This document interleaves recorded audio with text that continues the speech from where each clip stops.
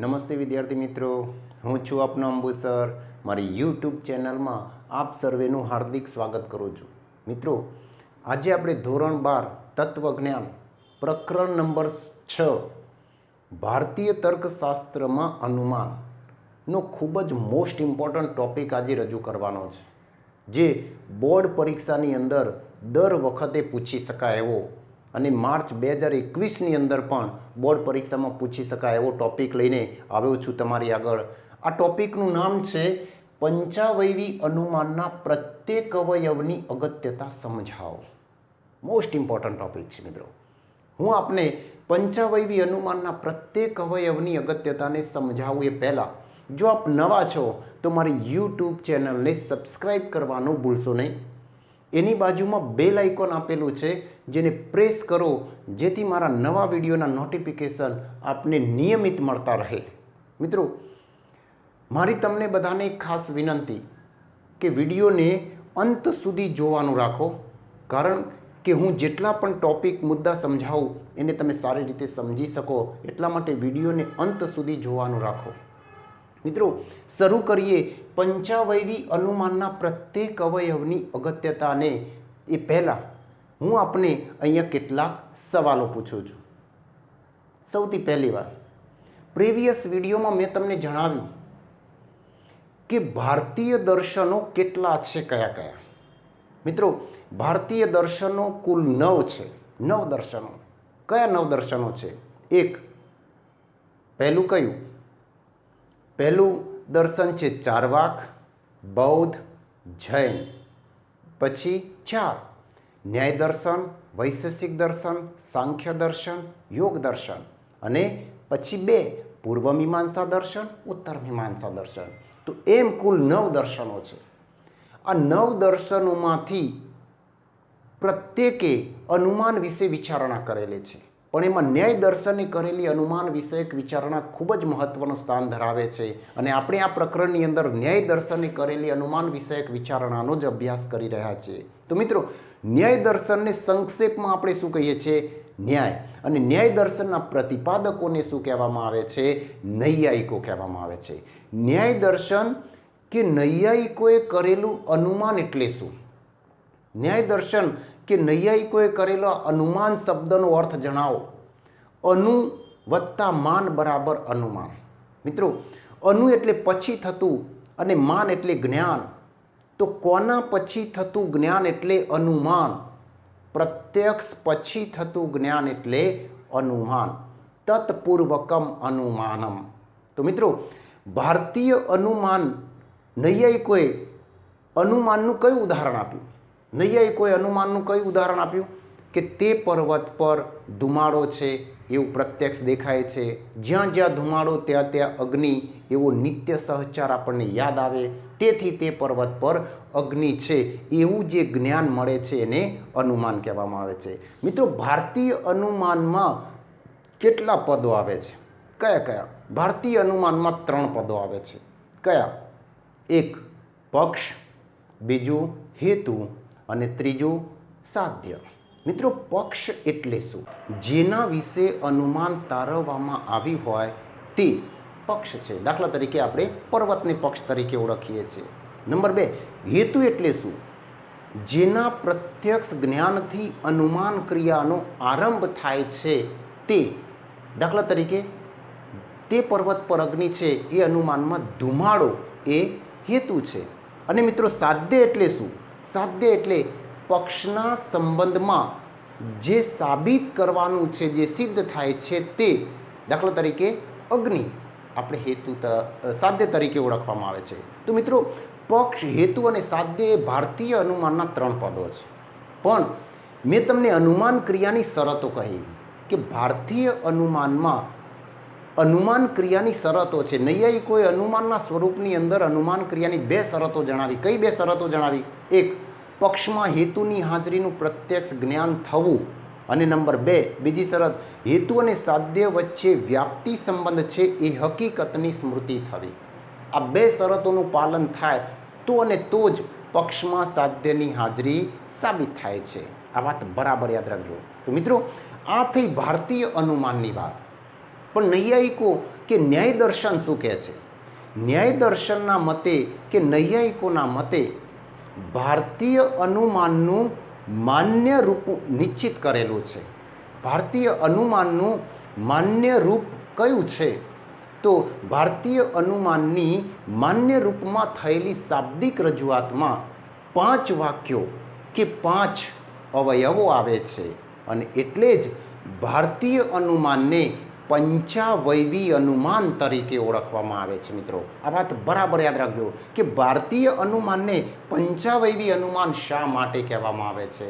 તો ભારતીય અનુમાનનું માન્ય રૂપ નિશ્ચિત હોય છે. ભારતીય અનુમાનના માન્ય રૂપમાં થયેલી શાબ્દિક રજૂઆતમાં 5 વાક્યો કે 5 અવયવો આવે છે અને તેથી ભારતીય અનુમાનને પંચાવયવી અનુમાન કહેવામાં આવે છે. પંચાવયવી અનુમાન એટલે 5 અવયવોવાળું અનુમાન, એને પંચાવયવી અનુમાન કહેવામાં આવે છે. તો આપણે આ ભારતીય પંચાવયવી અનુમાન કયું છે? તો આજે આપણે આ ભારતીય પંચાવયવી અનુમાનના પ્રત્યેક અવયવની અગત્યતા સમજવાની છે. તો પંચાવયવી અનુમાનમાં કયા 5 અવયવો આવે છે? પંચાવયવી અનુમાનમાં કયા 5 વાક્યો આવે છે? આ 5 અવયવોના નામ બહુ જ ઇમ્પોર્ટન્ટ છે. પહેલું અવયવ પ્રતિજ્ઞા, બીજો હેતુ, ત્રીજો ઉદાહરણ સહિત વ્યાપ્તિ, ચોથો ઉપનય અને પાંચમો નિગમન. ભારતીય પંચાવયવી અનુમાનના 5 અવયવોના નામ બરાબર યાદ રહેવા જોઈએ, એ પણ નંબર સાથે. પ્રથમ અવયવ એટલે પ્રતિજ્ઞા જ, બીજો અવયવ એટલે હેતુ, ત્રીજો અવયવ એટલે ઉદાહરણ સહિત વ્યાપ્તિ, ચોથો અવયવ એટલે ઉપનય અને પાંચમો અવયવ એટલે નિગમન. મિત્રો, ભારતીય પંચાવયવી અનુમાનના 5 અવયવો અહીંયા મેં રજૂ કર્યા છે. જો, અને ભારતીય પંચાવયવી અનુમાનમાં એ વાક્યો, જે 5 વાક્યો આવે છે એ 5 વાક્યો, દાખલા તરીકે પ્રતિજ્ઞા, તો પ્રતિજ્ઞા વાક્ય કયું કહેવાય? તે પર્વત પર અગ્નિ છે, એ પ્રતિજ્ઞા વાક્ય છે. નંબર 2, હેતુ વાક્ય કયું કહેવાય? કારણ કે તે પર્વત પર ધુમાડો છે. ઉદાહરણ સહિત વ્યાપ્તિ વાક્ય કયું કહેવાય? જ્યાં જ્યાં ધુમાડો હોય છે ત્યાં ત્યાં અગ્નિ હોય છે. ઉદાહરણ તરીકે રસોડું. અને ચોથું ઉપનય વાક્ય કયું કહેવાય? અગ્નિ સાથે વ્યાપ્તિ સંબંધ ધરાવનાર ધુમાડો તે પર્વત પર છે, ઉપનય વાક્ય છે. ત્યાર પછી પાંચમું વાક્ય નિગમન, તેથી તે પર્વત પર અગ્નિ છે. મિત્રો, અહીંયા જે મેં ભારતીય પંચાવયવી અનુમાન રજૂ કર્યું, અહીંયા આને ભારતીય પંચાવયવી અનુમાન કહેવાશે, અથવા તો એકલું પંચાવયવી અનુમાન કહો તો પણ ચાલે, કારણ કે ભારતીય અનુમાનને જ પંચાવયવી અનુમાન કહેવાય છે. તો અહીંયા પંચાવયવી અનુમાનમાં 5 અવયવો મોસ્ટ ઇમ્પોર્ટન્ટ છે. આપણે આ 5 અવયવોની અગત્યતાને સમજવાની છે. તો મિત્રો, હવે આપણે પંચાવયવી અનુમાનમાં આવતા 5 અવયવો પ્રતિજ્ઞા, હેતુ, ઉદાહરણ સહિત વ્યાપ્તિ, ઉપનય અને નિગમન, આ પ્રત્યેક અવયવની અગત્યતાને હવે આપણે સમજીએ. તો જો મિત્રો, સૌ પ્રથમ આપણે પ્રતિજ્ઞા અવયવને સમજીએ. પ્રતિજ્ઞા અવયવ એટલે સૌથી પહેલાં આપણે પ્રતિજ્ઞાની ડેફિનેશન યાદ રાખવાની કે પ્રતિજ્ઞા એટલે શું. જો પ્રત્યેક અવયવને બરાબર સમજાવવું પડશે અને સમજવું પણ પડશે. જો પ્રતિજ્ઞા એટલે અનુમાન દ્વારા જે જ્ઞાનની સત્યતા સાબિત કરવાની છે તેની રજૂઆત કરતા વાક્યને પ્રતિજ્ઞા કહે છે.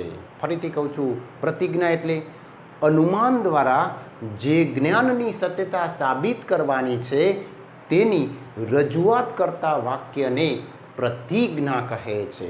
દાખલા તરીકે મિત્રો, અહીંયા પ્રતિજ્ઞા અવયવ એટલે તે પર્વત પર અગ્નિ છે, એ પ્રતિજ્ઞા અવયવ કહેવાશે, પ્રતિજ્ઞા વાક્ય કહેવાશે.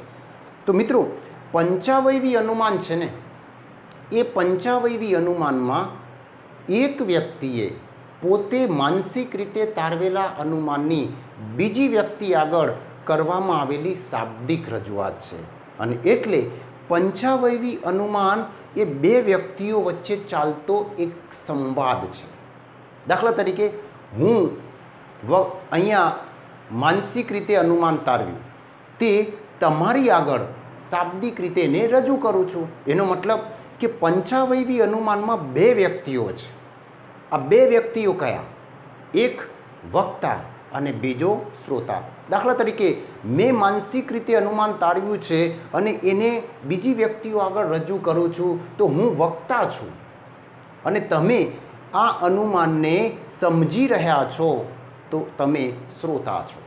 તો અહીંયા દરેક વખતે વક્તા અને શ્રોતા એવી વાત આવે એટલે તમને ખ્યાલ હોવો જોઈએ કે આમાં વક્તા કોણ છે અને શ્રોતા કોણ છે. મિત્રો ખાસ યાદ રાખજો. તો ફરીથી કહું છું કે પ્રતિજ્ઞા એટલે અનુમાન દ્વારા જે જ્ઞાનની સત્યતા સાબિત કરવાની છે તેની રજૂઆત કરતા વાક્યને પ્રતિજ્ઞા વાક્ય કહે છે.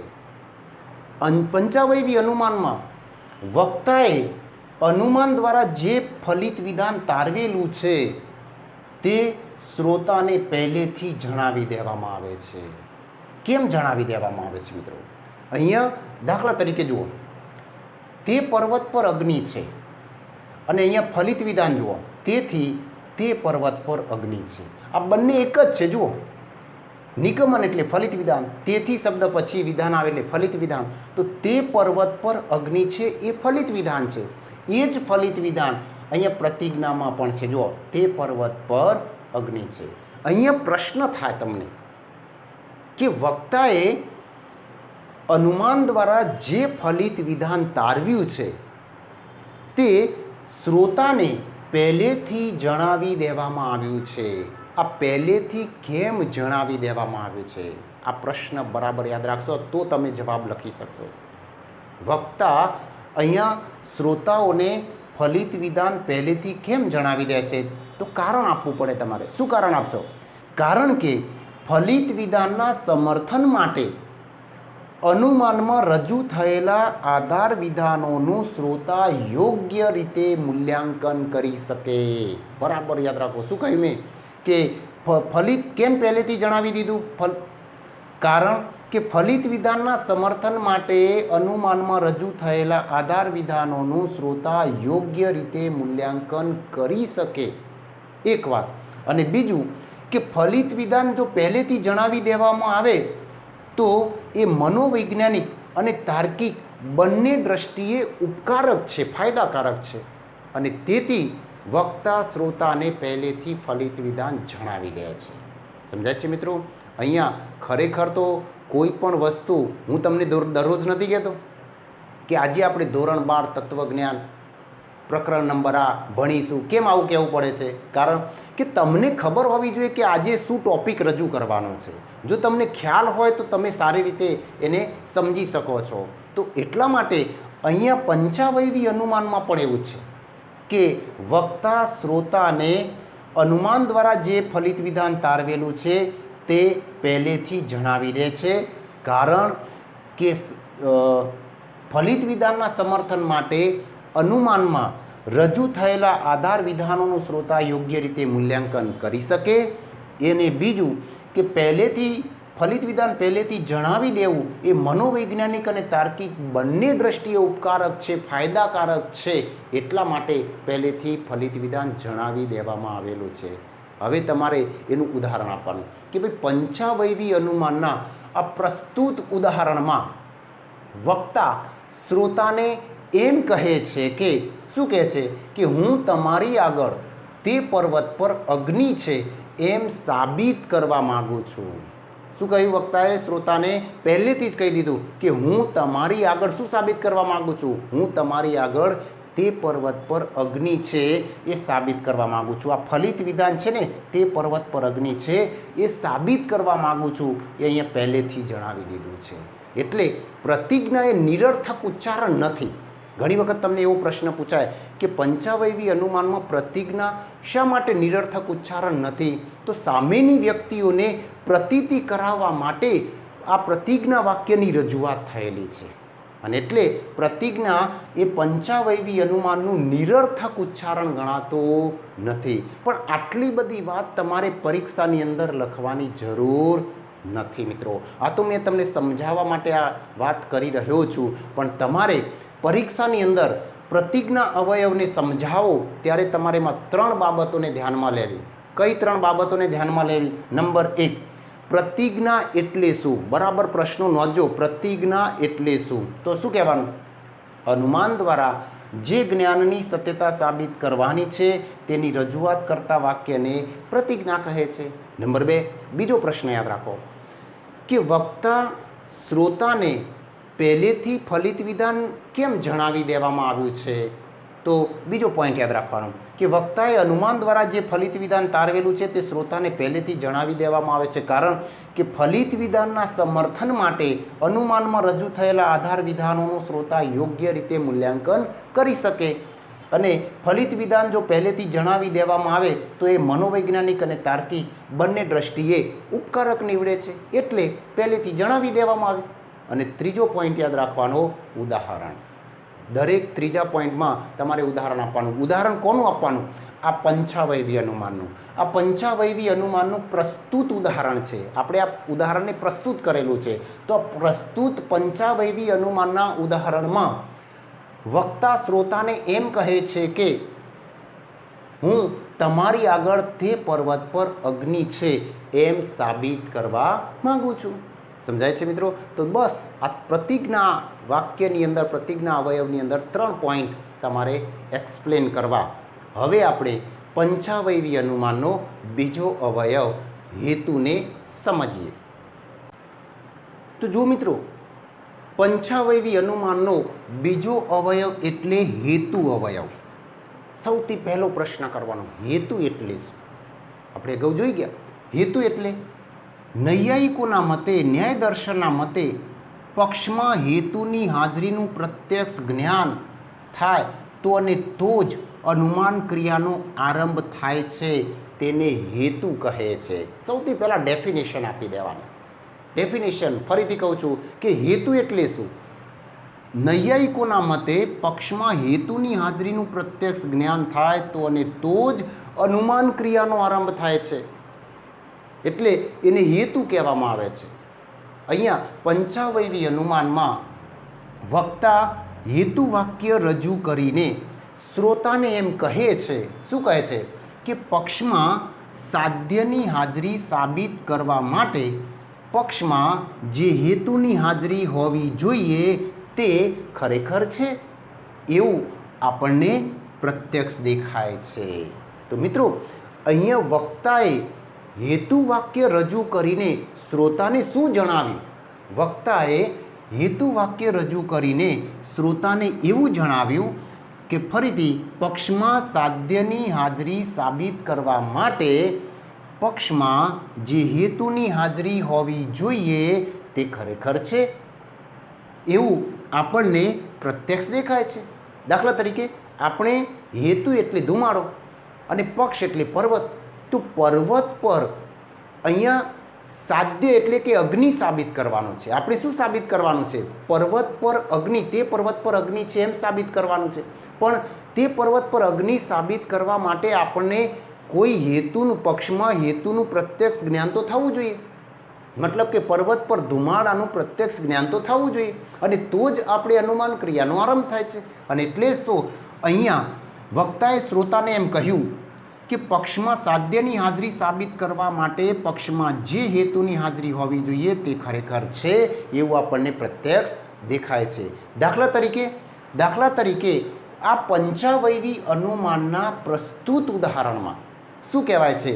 વક્તા શ્રોતાને એમ કહે છે, એમ જણાવે છે કે તે પર્વત પર અગ્નિ સાબિત થઈ શકે છે. તે પર્વત પર અગ્નિ સાબિત થઈ શકે છે. ક્યારે?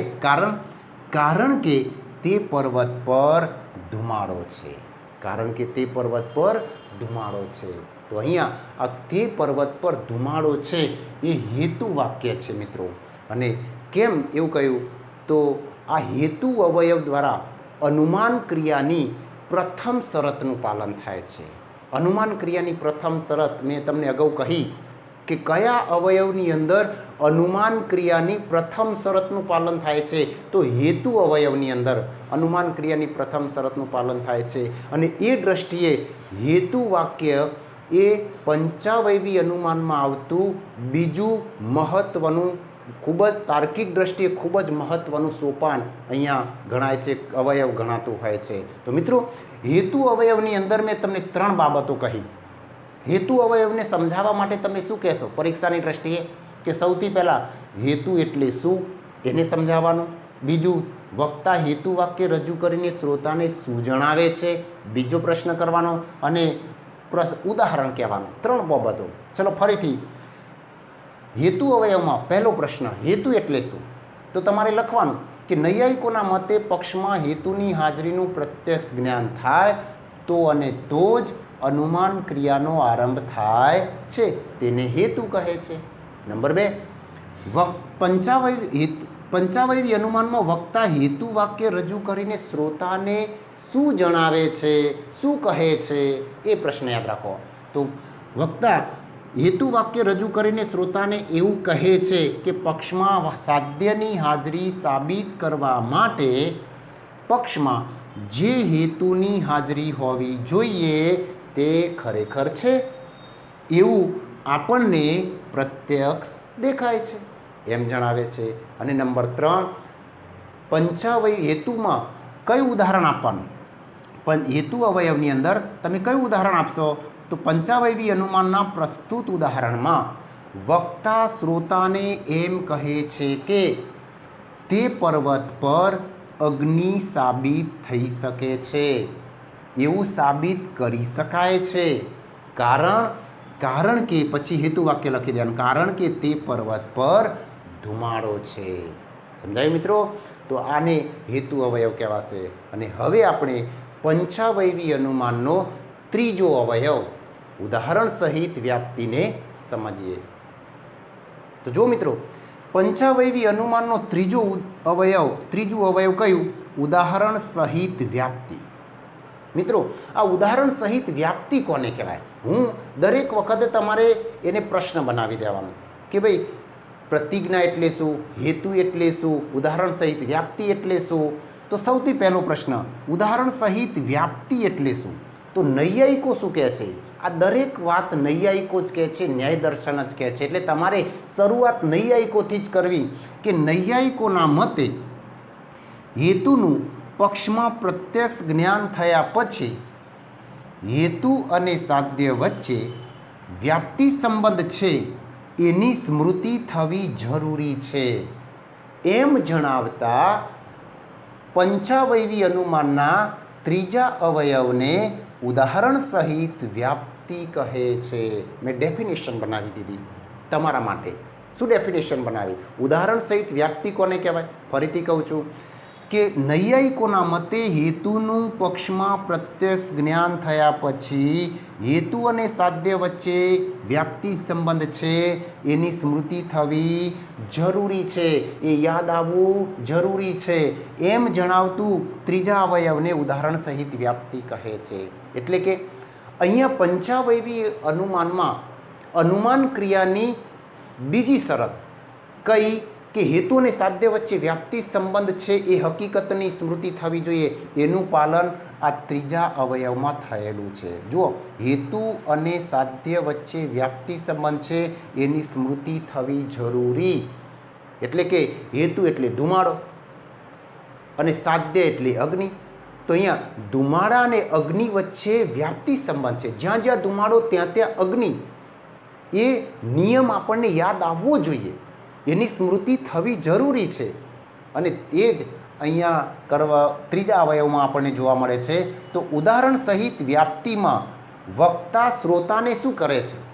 ઉદાહરણ સહિત વ્યાપ્તિમાં વક્તા શ્રોતાને હેતુ અને સાધ્ય વચ્ચેના વ્યાપ્તિ સંબંધની સ્મૃતિ કરાવે છે. શું કરાવે છે? ફક્ત સ્મૃતિ કરાવે છે કે ભાઈ વક્તા ત્રીજા અવયવની અંદર, ઉદાહરણ સહિત વ્યાપ્તિ અવયવની અંદર શ્રોતાને હેતુ અને સાધ્ય વચ્ચેના વ્યાપ્તિ સંબંધની સ્મૃતિ કરાવે છે. તમને કહે છે કે યાદ કરો કે ધુમાડાની સાથે શું હોય? કાયમી ધોરણે શું હોય?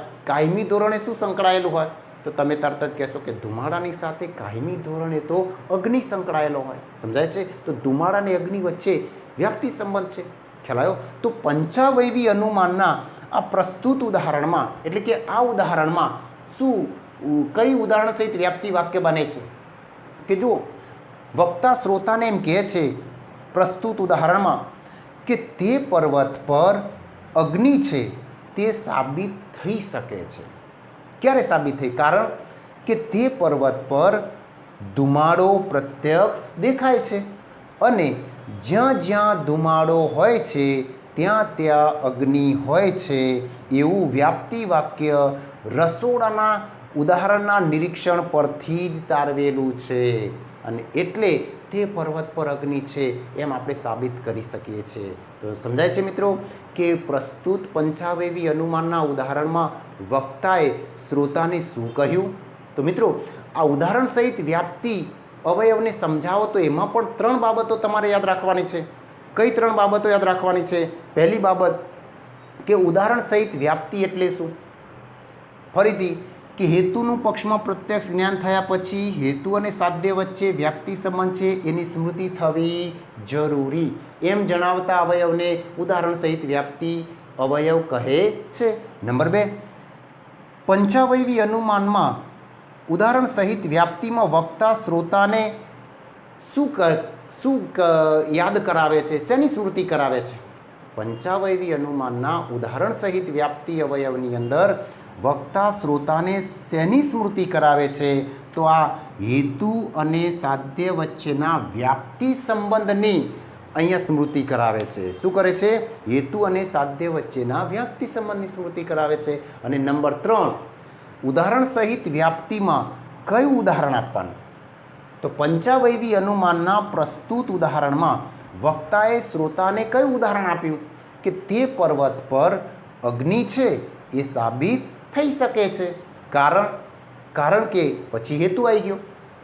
તે પર્વત પર ધુમાડો પ્રત્યક્ષ દેખાય છે. અને નંબર 2 પછી બીજું ઉદાહરણ સહિત વ્યાપ્તિ આવી ગઈ. જ્યાં જ્યાં ધુમાડો ત્યાં ત્યાં અગ્નિ એવું વ્યાપ્તિ વાક્ય રસોડાના ઉદાહરણના નિરીક્ષણ પરથી જ તારવેલું છે. તો જો અહીંયા ઉદાહરણ પણ આપ્યું છે કે જ્યાં જ્યાં ધુમાડો હોય છે ત્યાં ત્યાં અગ્નિ હોય છે, ઉદાહરણ તરીકે રસોડું. તો આપણે રસોડામાં પણ એનું નિરીક્ષણ કરી શકીએ છીએ કે ધુમાડાની સાથે કાયમી ધોરણે શું સંકળાયેલું હોય છે. તો સમજાય છે મિત્રો? આ ઉદાહરણ સહિત વ્યાપ્તિ અવયવમાં અહીંયા અનુમાન ક્રિયાની બીજી શરતનું પાલન થતું બતાવવામાં આવેલું છે. તમને ઘણી વખત એવું પ્રશ્ન થાય કે પંચાવયવી અનુમાનના કયા અવયવમાં અનુમાન ક્રિયાની બીજી શરતનું પાલન થયું ગણાય? તો ઉદાહરણ સહિત વ્યાપ્તિ અવયવની અંદર. તો મિત્રો હવે આપણે પંચાવયવી અનુમાનના ચોથા અવયવ ઉપનયને સમજીએ. તો જો મિત્રો પંચાવયવી અનુમાનનો ચોથો અવયવ એટલે ઉપનય. ઉપનયને જોઈએ. મિત્રો ઉપનય વાક્ય કોને કહેવાશે? અહીંયા ઉપનય એટલે અગ્નિ સાથે વ્યાપ્તિ સંબંધ ધરાવનાર ધુમાડો તે પર્વત પર છે. આ ઉપનય વાક્ય છે. હવે પ્રશ્ન એ છે અહીંયા કે ઉપનય એટલે શું? આ પંચાવયવી અનુમાનના ચોથા અવયવને ઉપનય કેમ કહેવામાં આવે છે? ઉપનય શા માટે કહેવામાં આવે છે? તો મિત્રો ઉપનય એટલે ઉપ વત્તા નય બરાબર ઉપનય. ઉપ એટલે પાસે અને નય એટલે દોરવું. એટલે કે ઉપનયમાં વક્તા શ્રોતાને નિગમનની પાસે દોરી જાય છે. તો ઉપનયનો અર્થ શું કરશો મિત્રો? ઉપનયમાં નો અર્થ બરાબર યાદ રાખજો. અને તમને પ્રશ્ન તરીકે ઉપનય એટલે શું પૂછાય તો પણ આ જ વાત લખજો કે પંચાવયવી અનુમાનનો ચોથો અવયવ ઉપનય એટલે ઉપ વત્તા નય.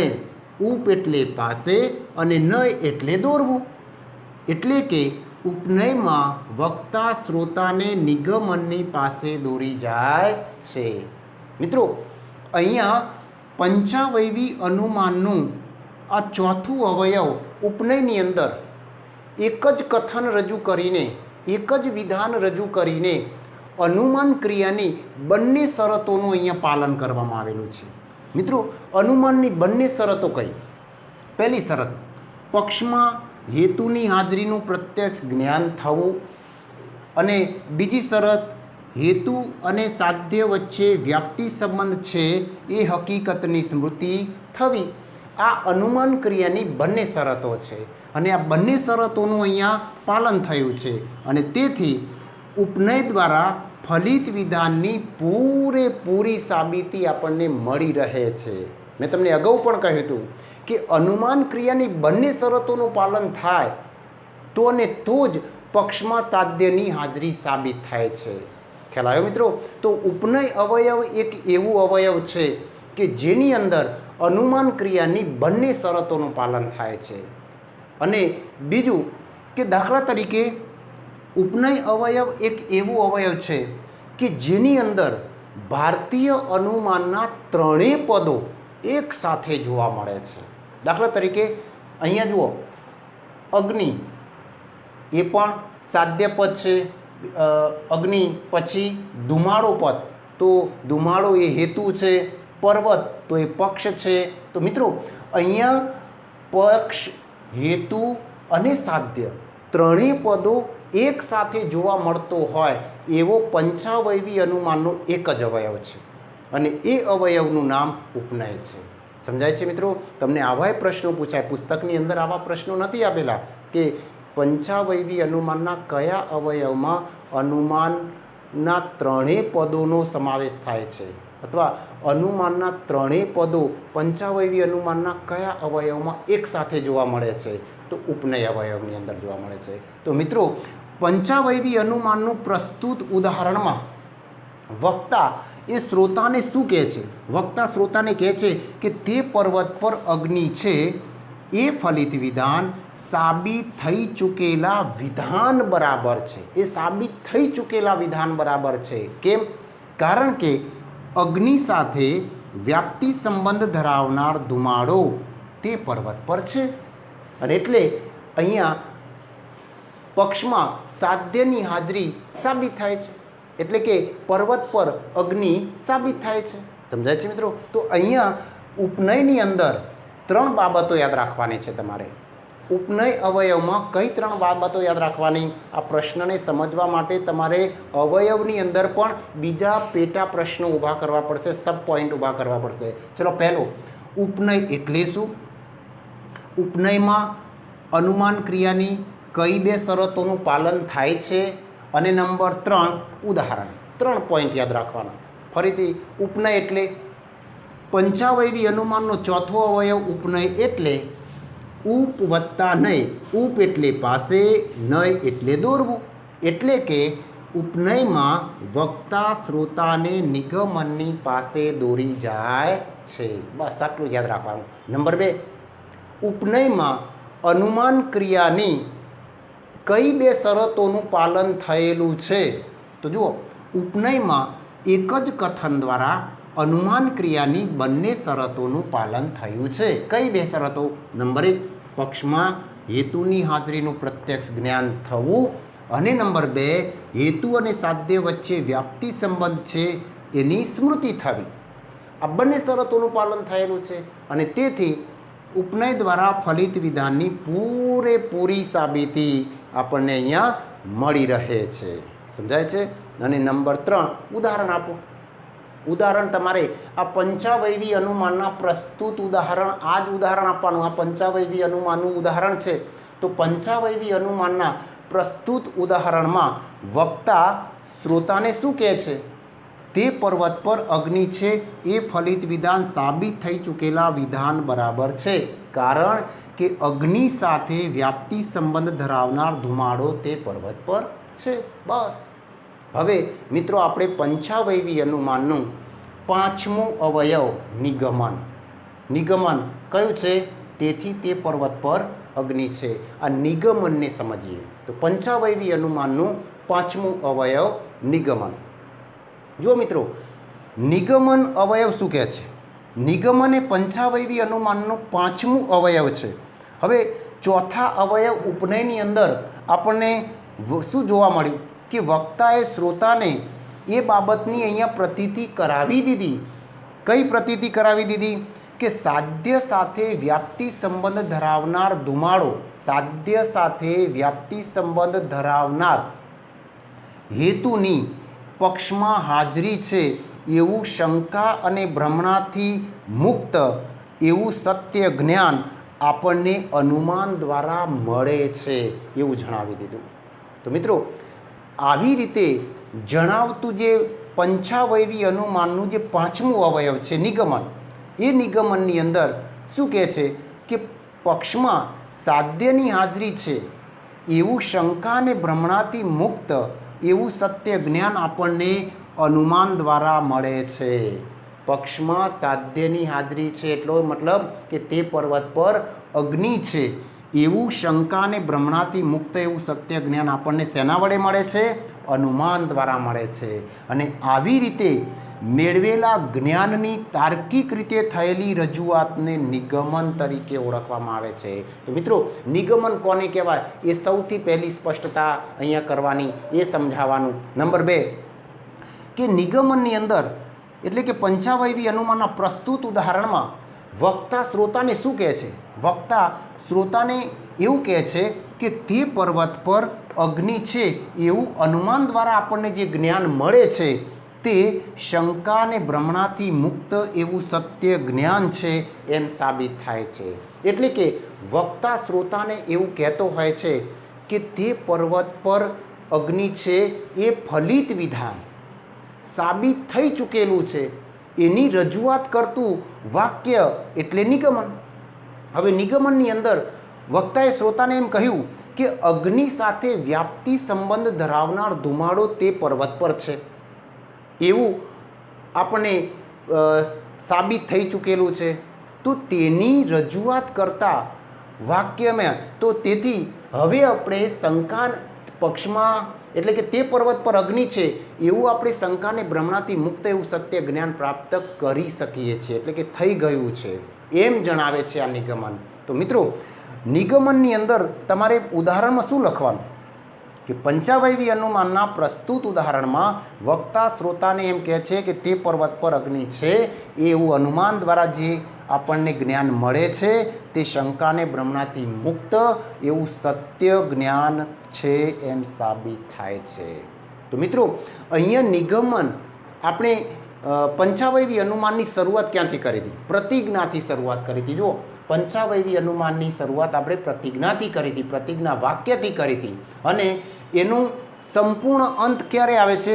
નિગમનની અંદર આવે છે. તો મિત્રો, અહીંયા પ્રતિજ્ઞા વાક્ય દ્વારા આપણે જે વિધાનને સાબિત કરવા માટે રજૂ કર્યું હતું, જો તે પર્વત પર અગ્નિ છે વિધાનને આપણે સાબિત કરવા માટે રજૂ કર્યું હતું. પહેલાં જ કહ્યું કે હું તમારી આગળ તે પર્વત પર અગ્નિ છે એમ સાબિત કરવા માગું છું. તો એ સાબિત કરવા માટે જે રજૂ કર્યું હતું એમ જણાવતું આ પંચાવયવી અનુમાનનું પાંચમું અવયવ એ અનુમાન નિગમન એટલે કે નિગમનને અનુમાન ક્રિયાનું પરમ ફળ કહે છે. મિત્રો, આ વાત બરાબર યાદ રાખજો કે અનુમાન ક્રિયાનું પરમ ફળ, આ અનુમાન ક્રિયાનું પરમ ફળ કોને કહેવાય? તો પંચાવયવી અનુમાનના પાંચમા અવયવને અનુમાન ક્રિયાનું પરમ ફળ કહેવામાં આવે છે. કેમ પરમ ફળ કહેવામાં આવે છે? કારણ કે પ્રતિજ્ઞા વાક્ય દ્વારા જે વિધાન સાબિતી માટે રજૂ કર્યું હતું એ હવે સાબિત થઈ ગયું.